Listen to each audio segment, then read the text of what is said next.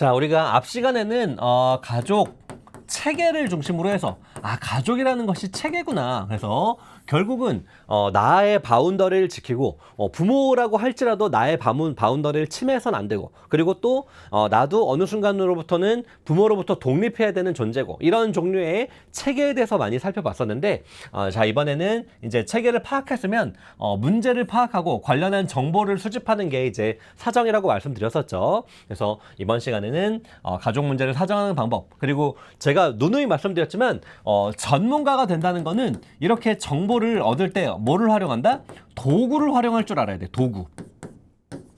전문가가 된다는 거는 정확한 도구를 가지고 거기에서 객관적으로 정보를 파악할 수 있는 이런 역량들, 수치화된 정보를 파악한다든지, 뭐 그림이나 어떤 질적 정보를 파악한다든지, 이럴 수 있는 역량을 갖춰야 되니까 그런 점들의 염두를 두면서 공부를 한번 해봅시다. 자, 그래서 가족 사정의 개념, 가족의 구조라든지 기능을 어떤 관점에서 접근할 것인지, 이런 것들이 먼저 중심이 되겠죠. 그리고 우리가 일반적으로 과 관련해서 예를 들면 소통을 하면서 정보를 파악할 때 주로 어떤 것을 얻어야 될까? 이런 것들이 또 하나의 중요한 쟁점이 되겠네요. 근데 이거보다도 훨씬 더 중요한 것이 바로 이렇게 구체적으로 어떤 도구를 갖고 그러면 정보를 얻을 것이냐.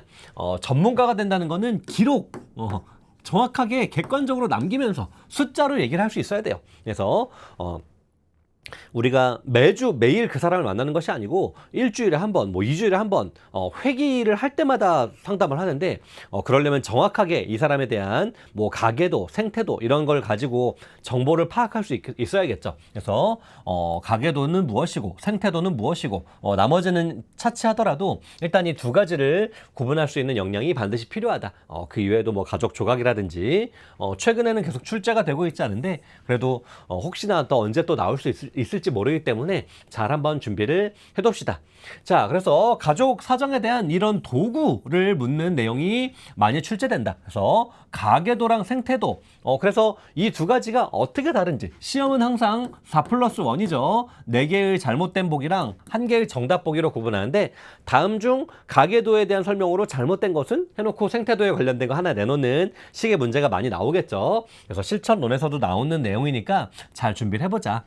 가족 사정의 기능, 특징 이런 것들도 같이 한번 보고, 우리가 가족을 사정한다라고 할 때 어떤 걸 질문해야 될까? 우리가 워커가 돼서 클라이언트에게 이런 정보를 파악할 때 주로 어떤 점들을 같이 파악할까? 이런 점들이 주로 언급이 됩니다. 자, 그리고 우리 앞서 7장에서 가족 체계 제가 엄청나게 많이 강조를 했던 기억이 있는데, 이런 것들과 관련해서 문제가 출제되기도 하고 하니까, 그리고 9장의 가족 기법과 관련해서도 같이 연결되니까 이런 것들 같이 연결해서 맞출 수 있을 정도로 준비를 해야겠죠. 자, 참고로 여기서는 이제 문제가 그렇게 자주 출제되지는 않고 있어요. 0.8 문항이니까 출제 빈도가 높지는 않다. 하지만 어쨌거나 지금 우리가 가족 상담을 진행하는 과정에서 하나의 흐름이니까 그 흐름을 이어갈 수 있을 정도만 준비하면 충분하겠죠. 그래서 가족 사정의 요소, 그리고 생태도랑 가계도를 중심으로 하는 이런 도구를 구분할 수 있는 역량 정도, 그래서 크게 난이도가 높진 않을 거라고 생각이 들어요. 간단하게 그림으로 한번 살펴보면서 어떤 특징이 있는지 짚어보면 충분히 문제를 맞출 수 있지 않을까 싶네요. 자, 그러면 본격적으로 가족 문제 사정 시작하도록 하겠습니다.